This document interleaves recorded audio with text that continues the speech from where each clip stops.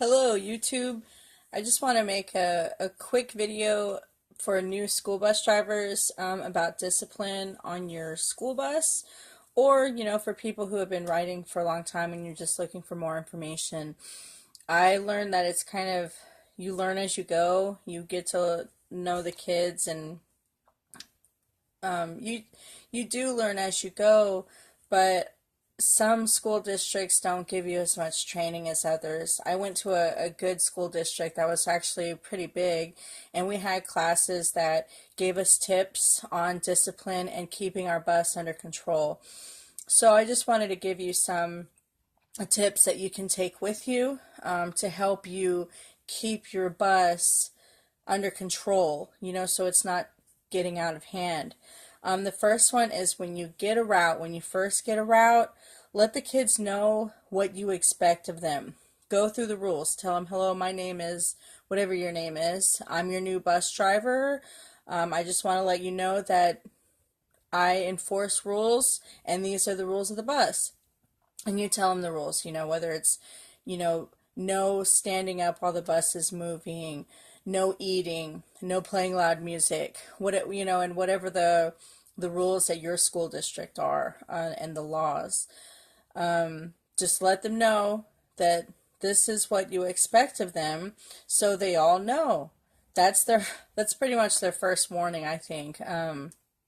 So you've let them know, and they are aware of the rules. Now you need to enforce the rules every time and be consistent. So if Johnny breaks a rule, let's say he's jumping from seat to seat, then you warn him, Johnny, you need to stay in your seat, especially when the bus is moving, and he doesn't, and you have to write him up for it. Then when Sally does the same thing, she needs to get warned and written up also. Don't play favorites with kids. If one person breaks a rule and gets in trouble, then every person who breaks that rule needs to get in trouble. And you don't have to write them up right away. I usually give kids, maybe 3 warnings before I actually write them up. And they're going to think that you're mean, and they're going to look at you and say, what did I do? I didn't do anything. And their friend is going to say, yeah, they didn't do anything. You should have cameras on that bus. And if you need to pull a video, pull a video. You shouldn't have to. I mean, you know what you saw. But they will play that game. Just don't put up with it. So enforce the rules and be consistent with every child. Learn their names and make seating charts. In Texas, it's a law to have a seating chart anyway. That doesn't mean everybody does it, but I do it because it does kind of also show your dominance. This is where you're going to sit, and this is where you're going to sit every day. You're not going to move around.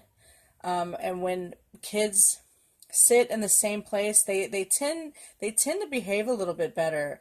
So if they're not getting along with their seat buddy, or if you're having issues with them acting up, then you can move them. One trick is to move them in the front.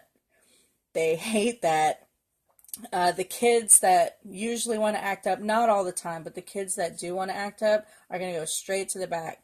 And the kids that want to be good, or might even be afraid of the kids in the back, they're going to sit behind you. So one thing that I've done in the past with discipline issues is I've flipped that. I've sat all the good kids that are quiet and mind and, do the right thing, sat them all in the back and just kind of shouted it to the worst up in the front, right behind me, so I can hear what they're saying and I can get onto them. And they're right behind me. I mean, there's a camera right behind your head. So they can't get away with as much, and they're not really going to try as much anyway, being that close up front. One good tip that actually does work is to stand up when the kids get on the bus. Not at every stop, in the morning when you're picking them up, but in the afternoons when you're picking up the high school kids, junior high, even elementary. Stand up when they're coming on, because when you can look at them eye to eye or look over them, it's kind of I guess a mental thing that shows your authority. when you stay seated in your seat and they get on the bus and you have to look up at them, they kind of feel like they might be dominant or that they're stronger than you. It's kind of a mental thing, but it really does work. When I had a really rough route, I started standing up, and it really does work. I don't know how to explain it. It's something you can try. When I first heard it, I thought that's stupid. I'm not going to stand up, but I did, and it helps. And it also gives you a clear shot view of the whole bus. You're looking at the whole thing, at where everybody's sitting, what everybody's doing. And they know that you're looking back there.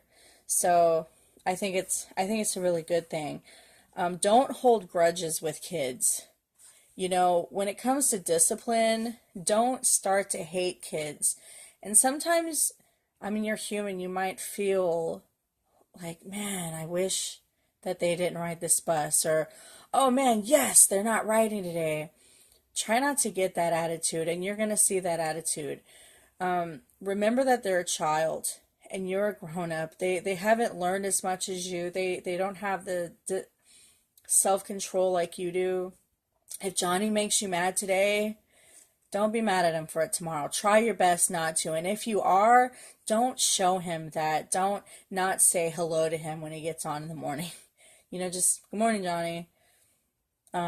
Just be respectful to them, but don't hold grudges. Don't be mad at them forever because they called you fat or called you a name or did something crazy. And sometimes that happens. Sometimes they might hurt your feelings somehow.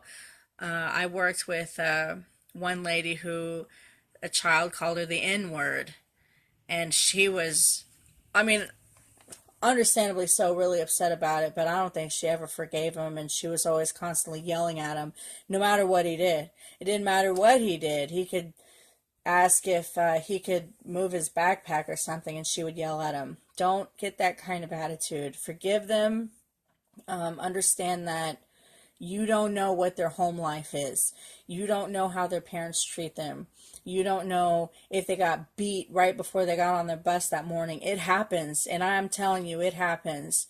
So smile at them when they come on the bus. Don't hold grudges from yesterday, and just move forward. Compliment them when their behavior changes. If you have a student that's giving you a hard time and you've worked on them, you've written them up, and they get on the bus and they say hello to you or they do something nice, tell them, that was really nice. Or tell them, hey, your behavior has gotten a lot better. I appreciate it. I appreciate you picking up Sally's paper when she dropped them.